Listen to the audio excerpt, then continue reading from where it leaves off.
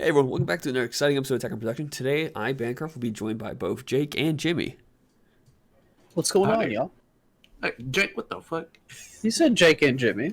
I was taking a sip of my G Fuel, bro. I was taking a sip of my not G Fuel. What is this? Bro, G Fuel iced coffee is pretty nasty. Don't buy it. Iced coffee? Yeah, it ain't very good. But the peach cobbler is fire though. Okay, I'm a little intrigued. Just a little Yeah, bit. yeah, Yeah, that does sound interesting. peach cobbler's fire. But, unless G Fuel wants to sponsor us, we're moving on. Like always, thank you all for tuning in. Hit that like, subscribe button if you all enjoy this content. And don't forget to hit the notification bell as well, because we all know everyone's a button fetish. Everyone is a button fetish. All right, let's just move on. So today, this is the finals, actually, of our tournaments this past weekend. Sure. Jimmy is running a hit pod variant of a deck. This is actually your take on it, which is something you've been kind of brewing for a little bit, that you've kind of taken essence from the deck that topped, right? Or came second, I think. Yeah, so my original variation of this deck was running the one-drop skillless package, running the, I think it's the Red Goku from Divine Multiverse, and a lot of the older cards. I was trying to run the one-drop Jiren from Draftbox 4, but then I seen Alex Wilking talk with the mono-green variant of the deck and was like, this is just straight up better than what I was doing. So I took that engine, and it's such a small engine, it's so compact and just works so well with the deck that I was able to put in a lot more tech options and a few other packages that I really liked. Nice. And turned into this variation of the deck. Nice. And Jake, you're running the deck that completely whooped my ass. Yep, a little bit of chain Broly action. Which, going into this, I have only faced Red Broly twice before this match. And once was at this event, right? Yeah. So my first time I ever played against it was with Bancroft. I had no clue what the deck done, and Bancroft lied to me, and I lost. I think you just misheard me. But all right. Yeah, you lied though. But the first time I played, or the second time I played this deck, was the round before this.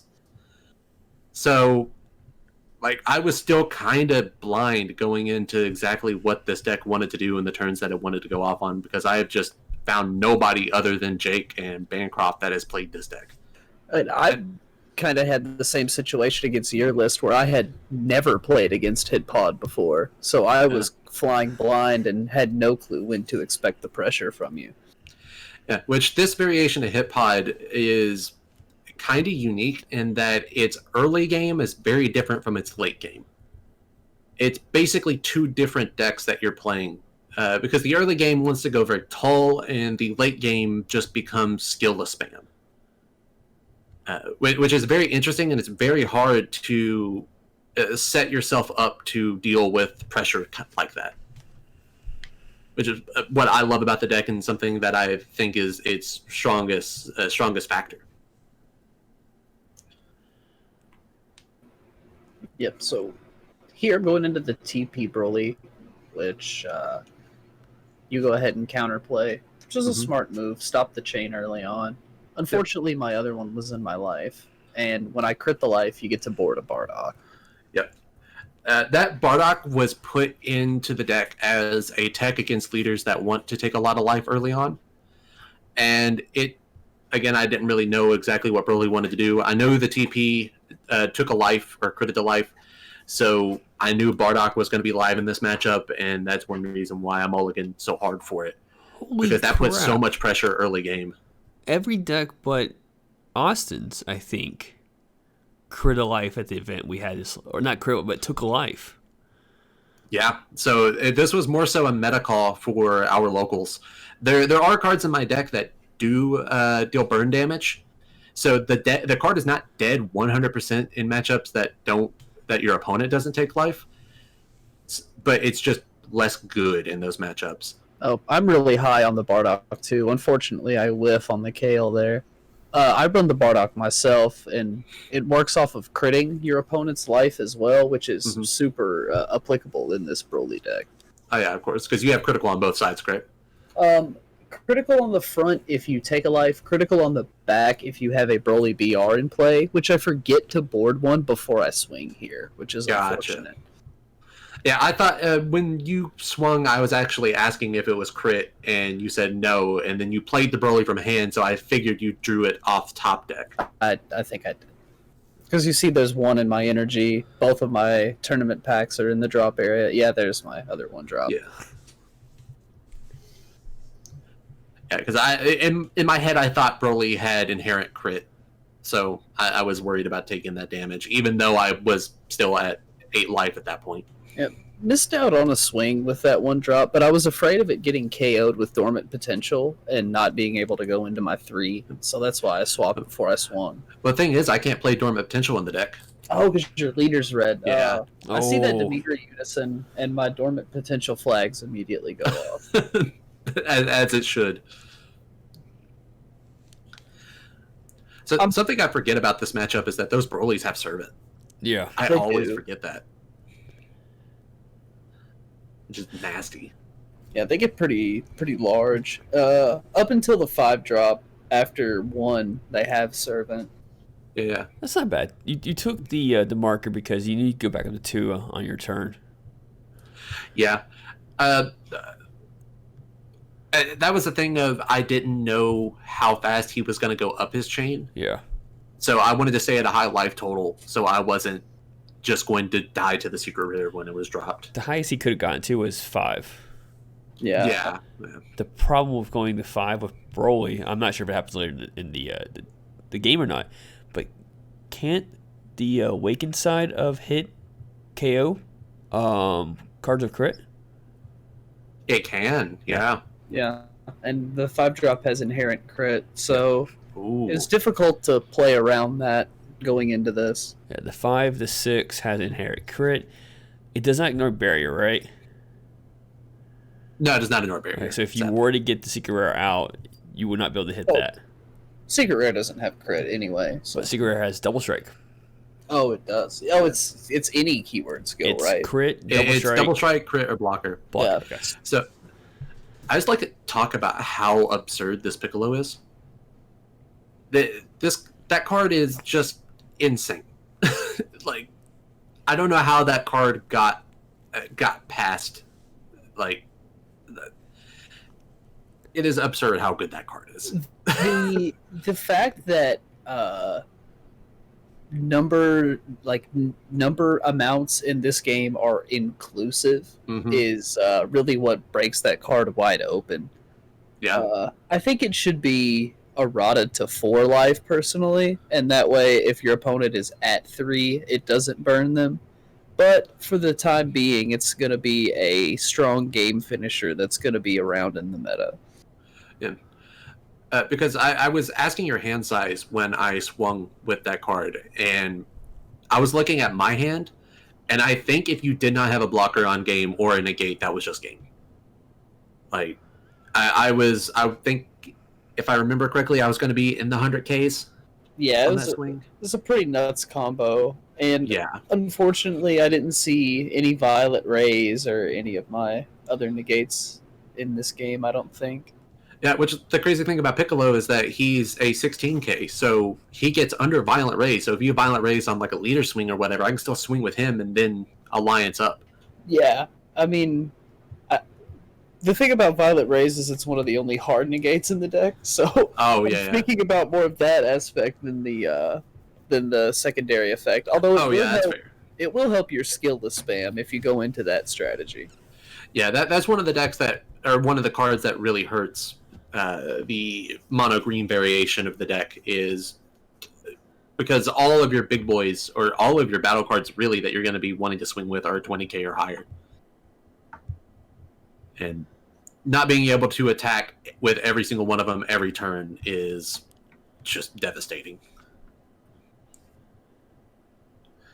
So I think it was smart to go into the Piccolo at this point. Yeah, it's a big Because- threat. Yeah. And I let you have it. I didn't want to combo with anything from my hand. My hand was... I don't remember if I just could not combo or I just was not wanting to. Why do I feel like you have another one in your hand? I can't tell right now. I think you were saving them for offense more so than defense. Yeah. I don't think I have another one in hand. I might. I think I either top deck one or draw one off a leader swing.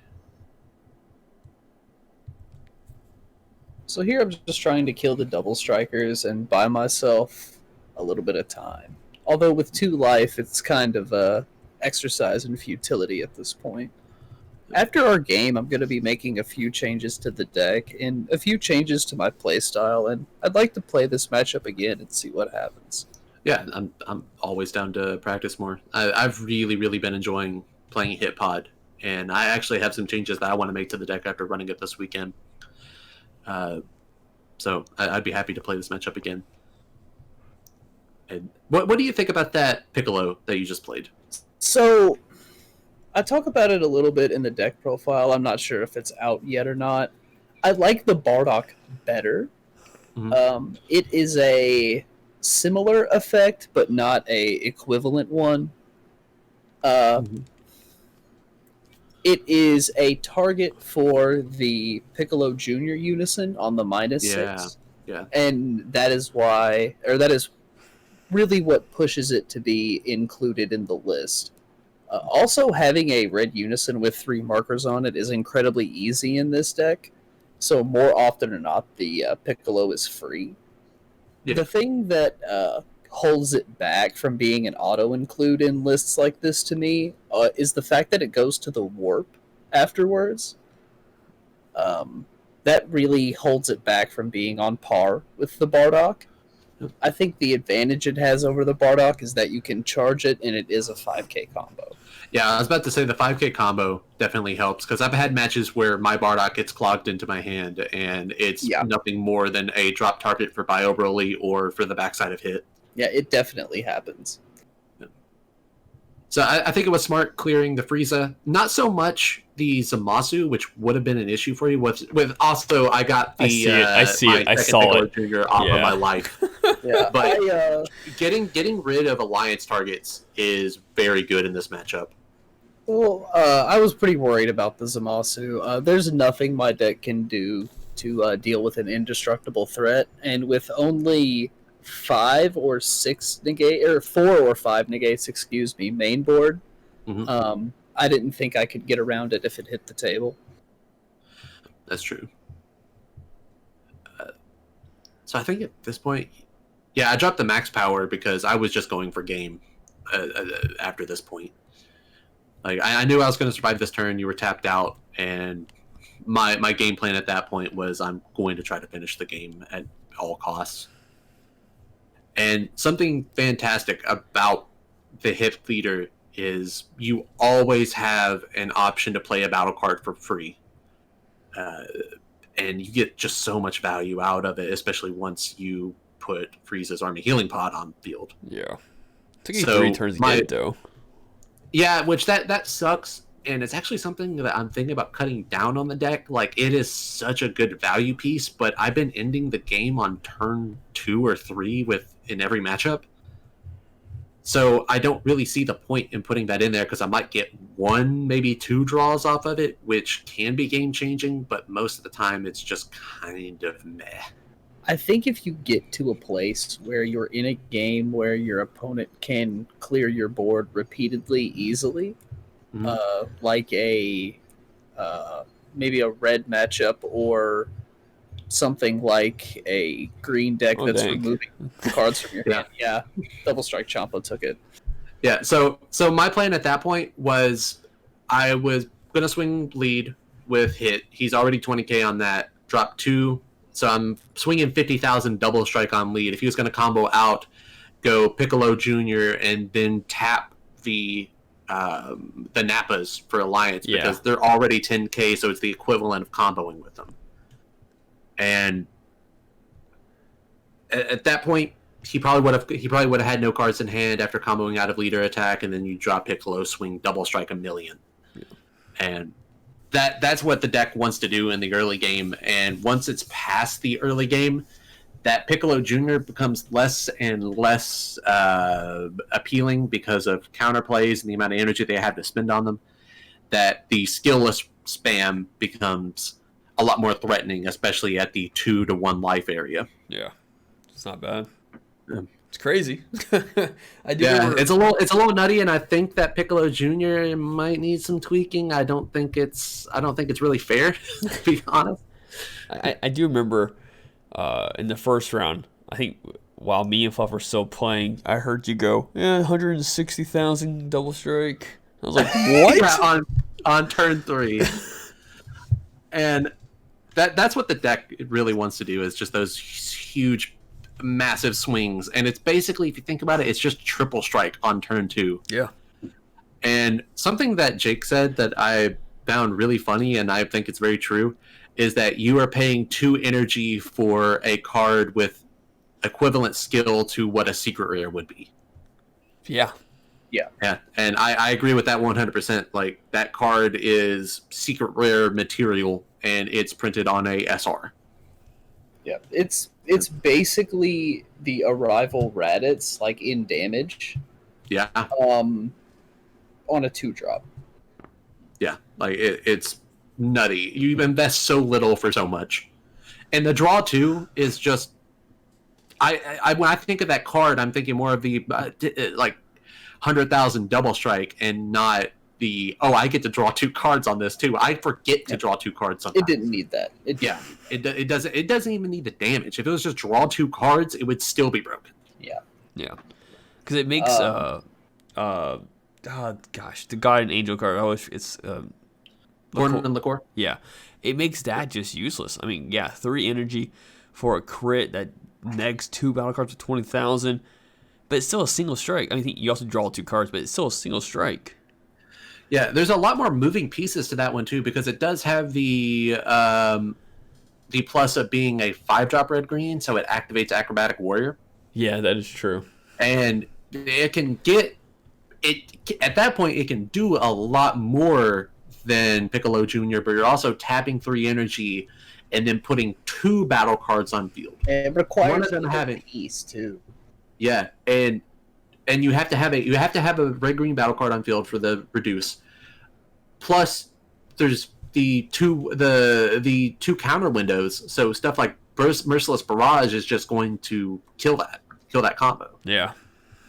So I'd much rather spend 2 energy for this basically the same thing than spending 3 energy and getting my field wiped. It's an insert card, and I'm loving it, to be honest. Yeah. So, I mean, there you have it. Yeah, that's it. And you will see that deck profile tomorrow or later today, whenever I feel like putting it up, but within a day for sure. So, hope you all enjoy. Thank you for tuning in. Jimmy, last words? If it burns when you pee, you might need to errata Piccolo Jr. Eradicator a piece. Jake? If you want to win, you have to practice, and if you want to be at top table, you gotta borrow decks from other people, I guess is what this week taught us. And with that being said, like always, read your cards, know your plays, fluff out.